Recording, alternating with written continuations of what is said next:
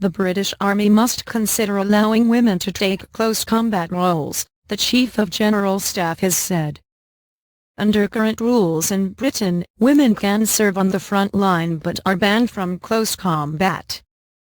But General Sir Peter Wall told Soldier magazine that women should have equal opportunities and allowing them to participate in close combat would make the armed forces look more normal. The Ministry of Defense said the rules were due to be reviewed in 2018. Fairly soon. Last year, the United States lifted its ban on women serving in such roles, joining many other countries around the world. Sir Peter said Britain must take a view on whether to also change its policy fairly soon. He said everything was definitely something that we need to be considering seriously, but he cautioned that some people would always believe close battle is no place for female soldiers. Sir Peter, who is responsible for developing military capability in the Army, said he wanted women to know the service is open to them. He said, "Women need to see they have equal opportunities right throughout the organization." Continue reading the main story. On the front line.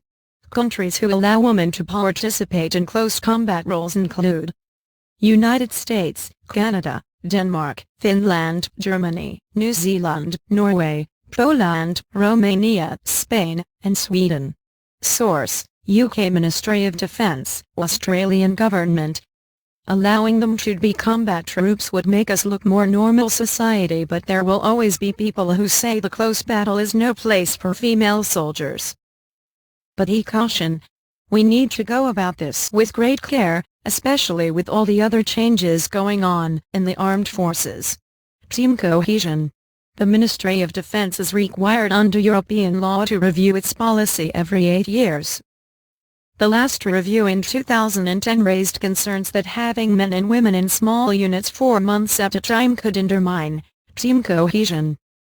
Women Marine. Other countries, including the United States, allow women to participate in close combat roles.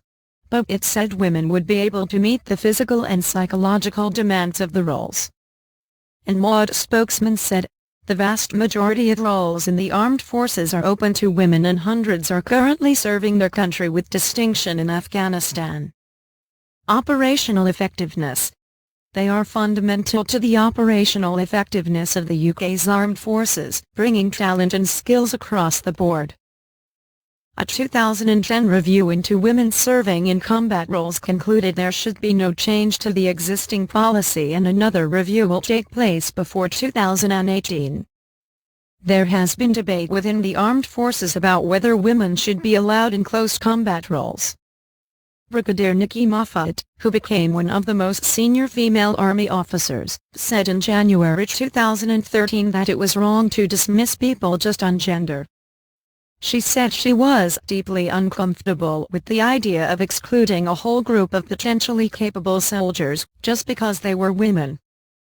But responding at the time, Major Judith Webb, who became the first woman to command an all-male field squadron, said that women might not meet the standards required for combat duty. She said that opening it up to women might be self-defeating because they were not going to meet those standards. 2 women who made it through Marine training in the U.S.,